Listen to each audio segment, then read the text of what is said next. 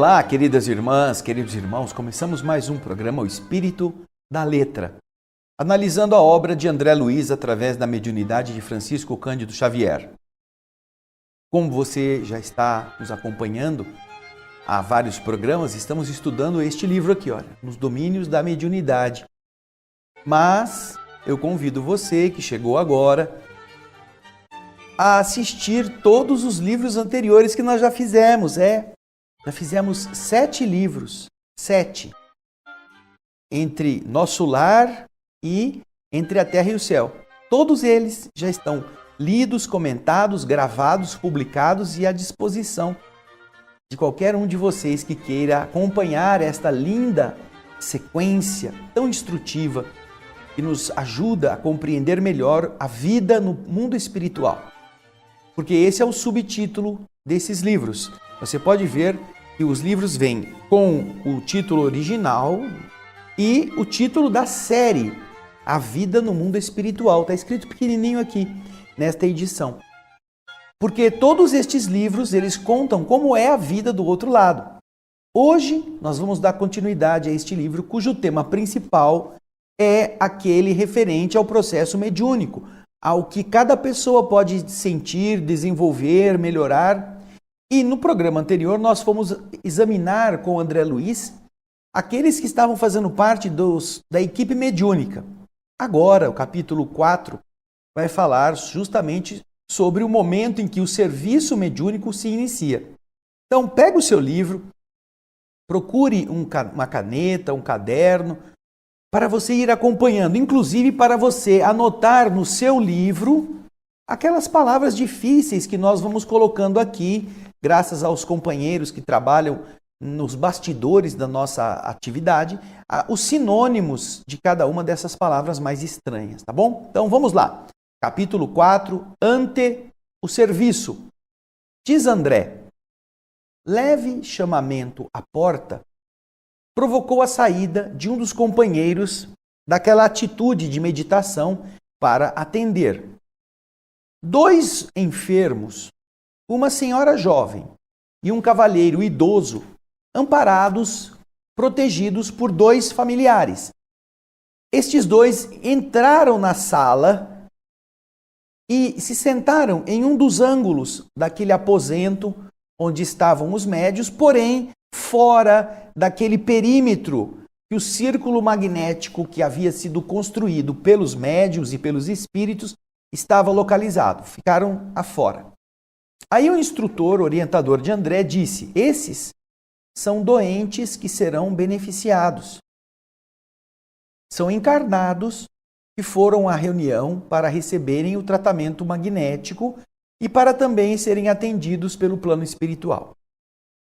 Logo após, um colaborador de nosso plano, um espírito, portanto, agora ele está falando do plano invisível, permitiu o acesso a numerosas entidades sofredoras e perturbadas, que se postaram diante da assembleia, formando uma legião, um grupo grande de espíritos. Nenhuma dessas entidades que foram admitidas àquele encontro estava ali de maneira obrigada, imposta. Diríamos, diz André, que se aglomeravam em redor dos amigos encarnados em prece, como aquelas mariposas inconscientes rodeando o grande foco de luz. Estas entidades chegavam barulhentas, proferindo frases desconexas ou exclamações menos elevadas. Entretanto, logo que atingidas por estas emanações espirituais daquele grupo, elas emudeciam de imediato, ficavam caladas, como se fossem contidas por forças que elas próprias não conseguiam perceber. Aí então o instrutor Aulus explicou, e você vai ver o slide a seguir, onde você vê esta cena. Olhem aí, o relógio ainda não marca o início dos trabalhos, mas vocês estão vendo estas entidades que chegam recepcionadas pelos espíritos e vão sendo colocadas como numa espécie de auditório, não é? Ali, para que possam também apreciar, acompanhar a reunião. Esta imagem que você está vendo, atrás dos que estão sentados à mesa, é justamente aquela que se refere André Luiz na descrição da cena espiritual, no plano espiritual daquele ambiente. Eles estavam postados, só que não ali próximos dos centros das pessoas que estavam em atitude de oração. Estavam colocadas num ambiente e ali formaram uma grande multidão. E quando sentiram a elevação vibratória, ficaram como que anestesiadas, quietinhas. E o André Luiz nos dá a explicação que um instrutor Aulus lhe passou.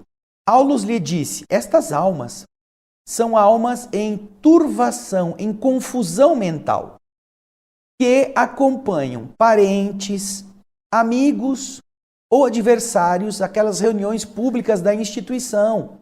Porque, para um pouquinho aí, fora deste grupo que estava reunido numa sala isolada, você se lembra, nos capítulos anteriores, André Luiz, Aulus e Hilário chegam numa grande instituição, passam pelo auditório das preleções públicas e se dirigem para um cantinho, numa sala isolada. Todas as pessoas que foram naquela instituição naquela noite não foram sozinhas. Raros são os que comparecem sem companhias espirituais negativas.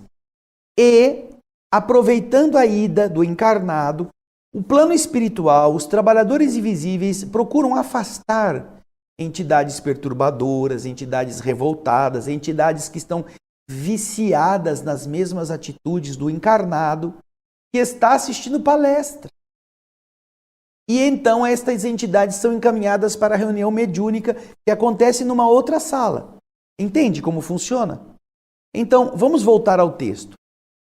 Estes que estão aqui, que fazem esta barulheira, são almas que estão em confusão mental, que acompanham parentes, amigos ou desafetos às reuniões públicas da instituição e que se desligam deles quando os encarnados se deixam renovar pelas ideias salvadoras expressas, mencionadas na palavra daqueles que fazem a explanação do ensinamento doutrinário. Quando o encarnado que está ouvindo na palestra modifica o centro mental do encarnado, quando o encarnado admite isto, aqueles que estão sendo vampirizados, que são os encarnados, né? Estes espíritos que estão ali junto deles, eles se veem como que despejados de casa. Uma vez que, modificada a elaboração do pensamento naqueles a quem eles se afeiçoam ou eles se aproximam, eles experimentam uma súbita reviravolta nas posições nas quais estavam acostumados, estavam se equilibrando de maneira mentirosa. Algumas destas entidades revoltadas fogem dos templos de oração como este, detestando-lhes temporariamente os serviços e armando novas perseguições às suas vítimas, que procuram até que reencontrem. Contudo, outras almas, de algum modo tocadas pelas lições que escutaram, acabam ficando mais tempo no local das pregações, em ansiosa expectativa, famintas de maior esclarecimento. Olha que legal. Você vê que aí nada se perde.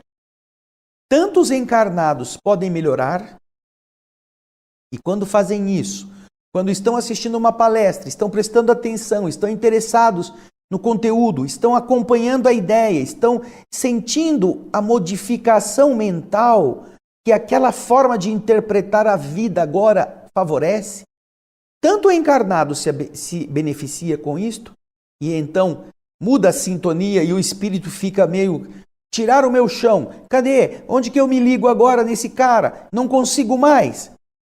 quanto o contrário também é verdade. Muitas vezes os espíritos estão ouvindo a palestra e eles pensam, eles são os seres inteligentes da criação também. Então eles podem imaginar que aquela sensação, aquela coisa diferente, aquela ideia nova faz sentido. E a partir daí eles permanecem no lugar. O encarnado termina a palestra, levanta e vai embora, ou vai tomar passe e vai embora para casa. E às vezes o espírito fica. Quando não acontece o oposto, quando é o encarnado que melhora e o espírito não consegue continuar a persegui-lo, ele às vezes sai dali com ódio daquele lugar. Ele foge dali para ele não ficar preso, como ele se sente assim ameaçado a ficar ali preso. E ele fica esperando muitas vezes lá fora a saída daquele que era a sua vaquinha leiteira, onde ele ficava sugando as energias, não é? Para assim que o encarnado cometer um deslize qualquer, um sentimento ruim, uma ideia negativa, ele volte a se sintonizar com as tomadas mentais que o encarnado possibilita. Olha que interessante, isso acontece em toda a casa espírita e acontece também em toda a igreja. O grande problema é que nas outras igrejas não se explica esse mecanismo, não é? Vamos continuar então agora acompanhando aquilo que o instrutor está explicando. Hilário, que surpreendentemente recebia semelhantes informações, perguntou curioso. Agora, o que acontece, instrutor, quando os encarnados não prestam atenção aos ensinamentos ouvidos? O que acontece? E o instrutor responde, sem dúvida, Hilário, passam pelos santuários da fé na condição de caixas fechadas, urnas cerradas, impermeáveis ao bom aviso, continuam inacessíveis à mudança de que precisam. Não mudam, pensam que é só ficar sentado, se abanando ou esperando o horário de ir embora, o horário de tomar passe. Mas aí o Hilário pergunta, mas este fenômeno é comum nas igrejas de outras confissões religiosas? Também isso acontece lá? Sim, disse o instrutor. A palavra desempenha significativo papel nas construções do espírito. Sermões de padres, conferências de sacerdotes e de doutrinadores em variados setores da fé, sempre que inspirados no infinito bem, possuem o objetivo da elevação moral. O assistente meditou um instante e acrescentou: entre os homens, porém, se não é fácil cultivar a vida digna, é muito difícil a criatura habilitar-se à morte libertadora. Veja que interessante. Essa morte libertadora, nós não costumamos trabalhar com ela, não é mesmo? Nós sempre temos medo, ficamos adiando, não queremos que nunca chegue, não aceitamos quando chega para as pessoas que nós gostamos. É muito difícil o indivíduo trabalhar com essa potencialidade que é a da vida.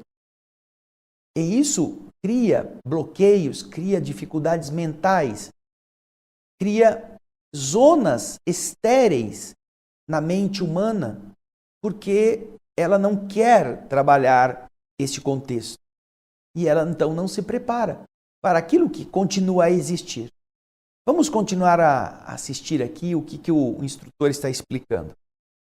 Normalmente, a alma desencarna sem que se soltem os seus pensamentos enovelados, conturbados, enroscados nas situações, nas pessoas e nas coisas da terra.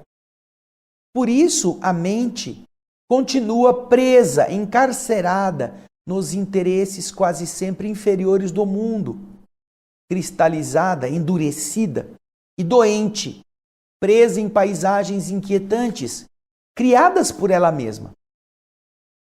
Daí a importância, o valor do culto religioso respeitável, formando um ambiente propício à elevação espiritual, com indiscutíveis vantagens, não só para os espíritos encarnados que vão a estes certames religiosos e que o assistem com sinceridade, com fervor, mas também para os desencarnados, que aspiram à sua própria transformação.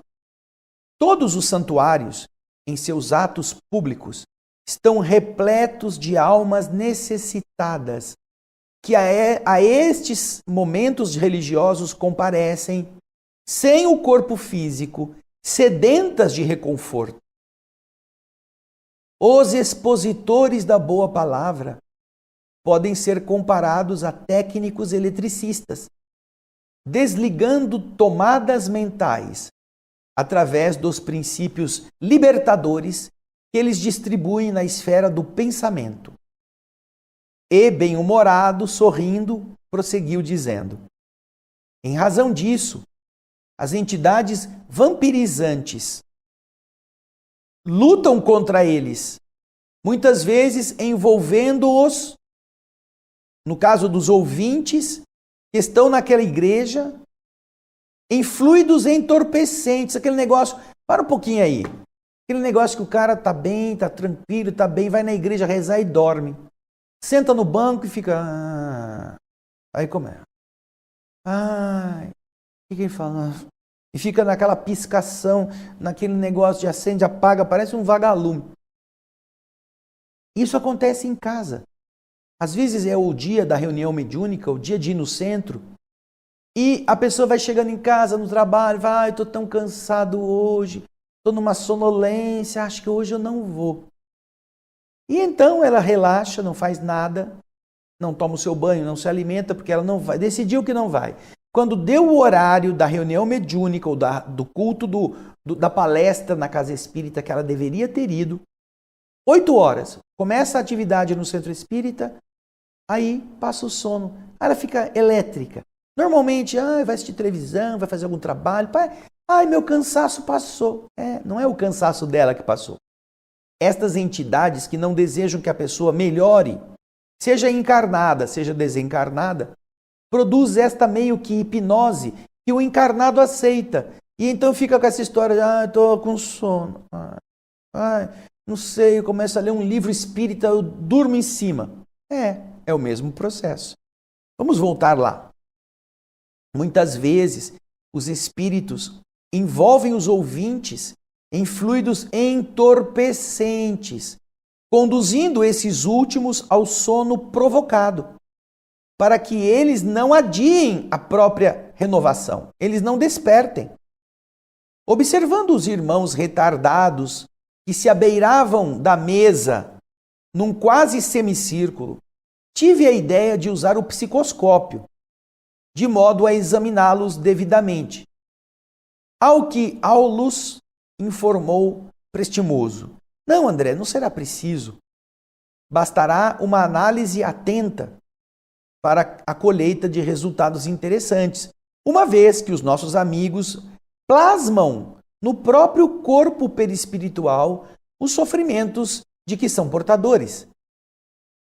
Eu percebi, diz André, que o assistente não desejava alongar a conversação, de certo preparando-se para colaborar nos trabalhos próximos. E por esse motivo, aproveitei os instantes que tínhamos diante de nós, antes de começar a reunião, especificando observações junto aos companheiros menos felizes, que estavam unidos estreitamente uns aos outros entre a angústia e a expectação, a espera ansiosa.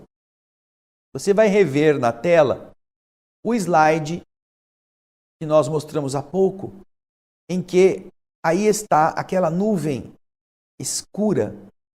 André então começa a observar aquele ajuntamento e descreve. Está aí, olha, a imagem, e eu vou ler aqui a descrição de André. Pareciam estas entidades envolvidas em grande nuvem ovalada, como um nevoeiro cinzento escuro, espesso e móvel. agitado por estranhas formações. Percebi o conjunto, notando que alguns deles se mostravam doentes, como se ainda estivessem na carne. Tinham os membros lesados, mutilações, paralisias e ulcerações diversas eram perceptíveis a um rápido olhar. E ali vocês olham, vocês veem, ó, tem um que está deitado, ali outro está meio machucado, a outra está desgrenhada, a cabeleira toda caída no rosto, o outro está de joelho.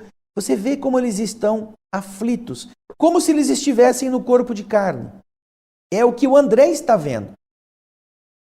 Agora, voltando para o texto, talvez porque Hilário e eu nos demorássemos em atencioso exame na posição de aprendizes em aula, um dos colaboradores espirituais da reunião se aproximou de nós e cordialmente disse: nossos irmãos sofredores carregam com eles, individualmente, o estigma, a marca dos erros deliberados aos quais se entregaram.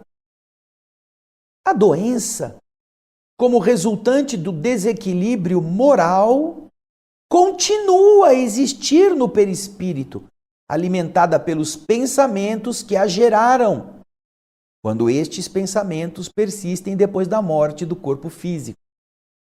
Olha que interessante, olha só que coisa tão reveladora. A doença continua a existir no perispírito. Se o encarnado que perdeu o corpo, por causa daquela enfermidade, por causa da sua ligação mental com o que não era bom, continua com a ideia viciada do outro lado. Ele continua como que sofrendo da mesma enfermidade. E depois de ter ouvido isto, a gente vai ver que Hilário, espantado, pergunta, vamos aqui no texto. Mas me diz uma coisa, esses espíritos adquirem melhoras positivas em reunião como esta de intercâmbio, de mediunidade? E o interlocutor, que era um dos assistentes da reunião, disse, sim, assimilam ideias novas com as quais eles passam a trabalhar, ainda que devagarzinho, melhorando a sua visão interior e estruturando, dessa forma, novos destinos, novos futuros. A renovação mental é a renovação da vida.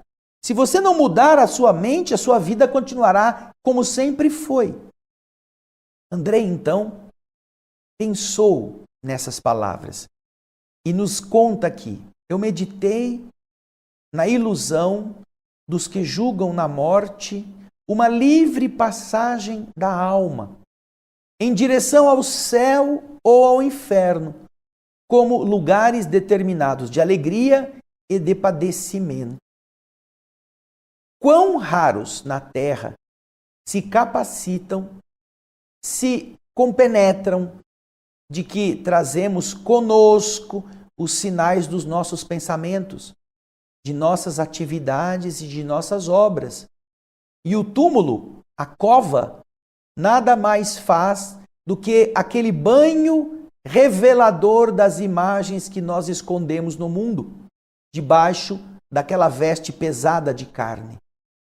Quando você perde o corpo físico, que antes escondia o que você pensava, o que você sentia, disfarçando as suas sensações, agora você não tem mais onde esconder isto. Então é como se realmente um jorro de água acabasse com aquela casca de terra dura que te cobria e você aparece como você é. E é aí que ele continua explicando no texto. A consciência é um núcleo de forças em torno do qual orbitam os bens e os males gerados por ela mesma. E ali estávamos defrontados por vasta fileira de almas sofrendo nos purgatórios diferenciados que elas mesmas tinham criado, que eram características delas. Abeiramo-nos, diz André, de um triste companheiro que estava ali, de uma expressão esquálida, um rosto assim depauperado. E então Hilário, num impulso todo humano, lhe perguntou ao espírito: amigo, como você se chama? E o interpelado respondeu assim, meio inquietante, meio assim duvidoso: Eu? E num esforço tremendo e inútil para se recordar de alguma coisa, ele disse: eu não tenho nome. E Hilário, dominado de espanto, respondeu: é impossível, meu amigo, todos nós temos um nome. E o espírito lhe respondeu: ai, eu me esqueci de tudo. Comentou o infeliz desoladoramente. E o companheiro da atividade que estava ali ajudando a esclarecer disse: esse aqui, olha, é um caso de amnésia que nós precisamos estudar. Amnésia. E Hilário perguntou: mas isso é um fenômeno natural? Essa amnésia aconteceu naturalmente? E o ajudante ali que estava esclarecendo respondeu: sim, pode ser natural, em razão de algum desequilíbrio trazido da Terra. Mas é possível que o nosso amigo esteja sendo vítima de uma vigorosa sugestão pós-hipnótica, partida de algum perseguidor de grande poder sobre seus recursos de memória. Encontra-se ainda profundamente ligado, imantado às sensações físicas, e a vida cerebral nele ainda é uma cópia daquelas linhas sensoriais que ele deixou na Terra. Assim, considerando, é provável que ele esteja submetido ao império de vontades estranhas e menos dignas, às quais ele se teria associado no mundo. Olha só, pode acontecer que naquele caso da perda da memória, ele tenha passado por isso em decorrência de alguma vergonha que ele não quer recordar. Então ele apaga. Eu não sei quem eu sou, porque se você não sabe quem você é, você não lembra o que você fez, não é mesmo? É um dos recursos psicológicos de defesa. Porém, o instrutor que está ali orientando-os lhe diz: olha, porém pode acontecer que enquanto ele estava encarnado, ele se associou a entidades perversas, hipnotizadoras, que o usavam. E ele gostava disto. Ele pode ter se sintonizado com espíritos maus, pedindo coisas materiais, e as entidades que lhe deram estas coisas materiais exigiram dele uma submissão, uma obediência, e ele aceitou. Pode estar vinculado a uma prática comercial envolvendo as coisas do espírito, e as entidades que estavam recebendo pagamentos desta maneira estavam controlando também a sua mente. E agora que o corpo morreu, agora que o cérebro não está mais submetido às leis da matéria, é a mente está viciada. Então ele também está se sentindo ainda hipnotizado por aquelas vontades aos quais ele aceitou servir. Interessante, né? Já pensou? A quantas coisas nós nos ligamos por gosto, por vontade, por ambição, e depois as consequências são estas? Vamos continuar, que está muito interessante. Vamos lá. O Hilário, depois que ouviu isto, respondeu: meu Deus do céu, é possível semelhante dominação dessas entidades depois da morte? Como não? Respondeu o outro. A morte não é a morte, é a continuação da vida. E na vida, que é eterna, nós vamos ter aquilo que buscamos. Nós vamos possuir aquilo que nós realmente estamos procurando. Atento aos nossos estudos da mediunidade, eu, André, perguntei a eles, ou observei num comentário, se o nosso amigo desmemoriado for conduzido ao médium, ao aparelho mediúnico, ele vai se manifestar, por acaso, desse jeito? Ignorando a própria identidade? Se alguém perguntar para ele como você chama, ele vai dizer que não sabe? E o instrutor que está ali lhe diz: perfeitamente. Ele vai precisar de tratamento carinhoso, como qualquer alienado mental que está nesses hospícios comum da Terra. Ao exprimir-se por algum médium que lhe dê abrigo, será, para qualquer doutrinador terrestre, o mesmo enigma que estamos presenciando aqui. Nesse momento, aproximou-se de nós uma entidade em deplorável aspecto. Era um homem magro, triste, exibindo o braço direito paralítico e ressecado. Vendo o meu olhar interrogativo, este companheiro que estava explicando para nós, com quem não mais dispunha de tempo para um comentário mais longo, apenas disse: faça você uma pesquisa, um exame. Repare por você mesmo. Então me acerquei do amigo sofredor. Toquei a sua fronte de leve e pude registrar a angústia mental. Nas recordações que haviam cristalizado no seu mundo mental, eu senti o drama que ia dentro dele. Ele havia sido musculoso estivador no cais, alcoólatra inveterado que certa vez, ao voltar para casa, esbofeteou o rosto do pai, porque o velho lhe havia censurado o procedimento, a conduta. Incapaz de revidar a agressão, porque o filho era muito forte, o velho pai, cuspinhando sangue, praguejou sem piedade e disse ao filho: infame, o teu braço cruel será transformado em um galho seco, maldito sejas.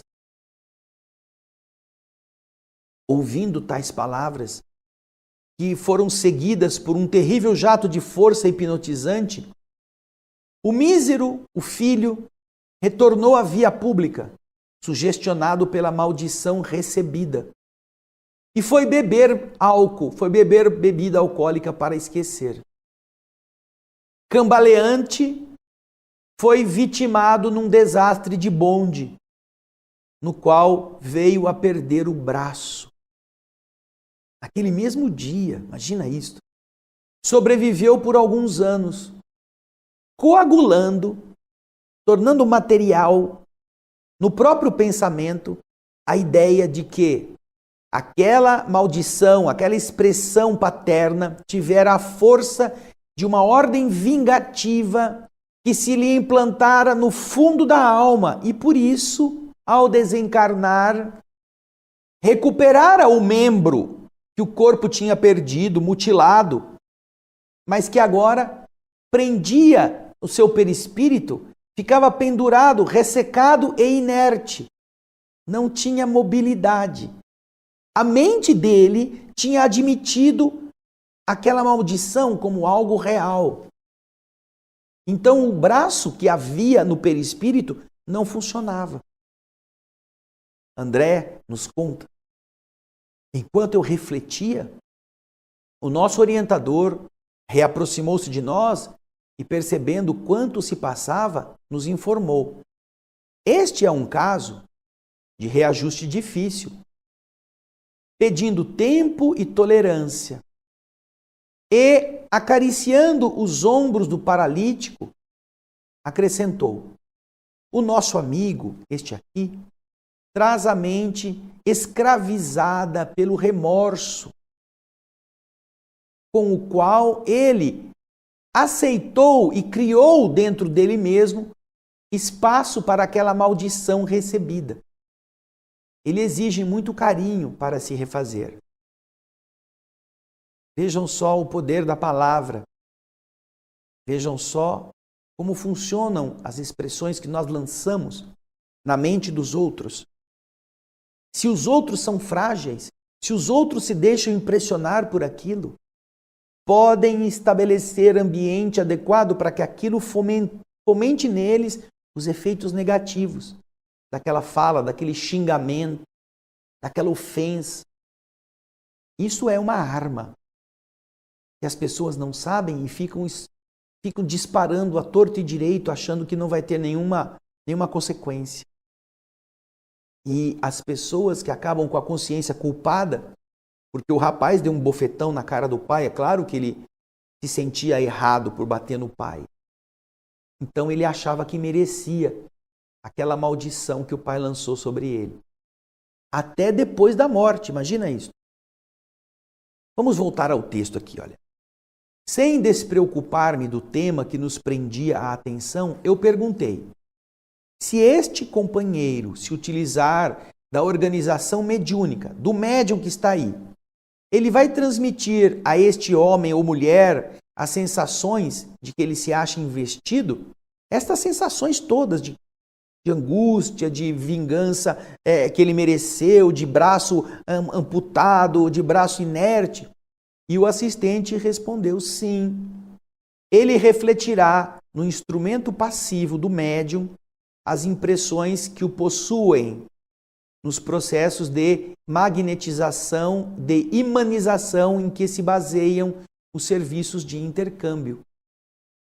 E então, sorrindo bondoso, acrescentou: no entanto, não nos percamos agora nos casos particulares. Cada entidade menos equilibrada de todas que se acham reunidas aqui traz com ela inquietantes experiências. Observemos de um plano mais alto.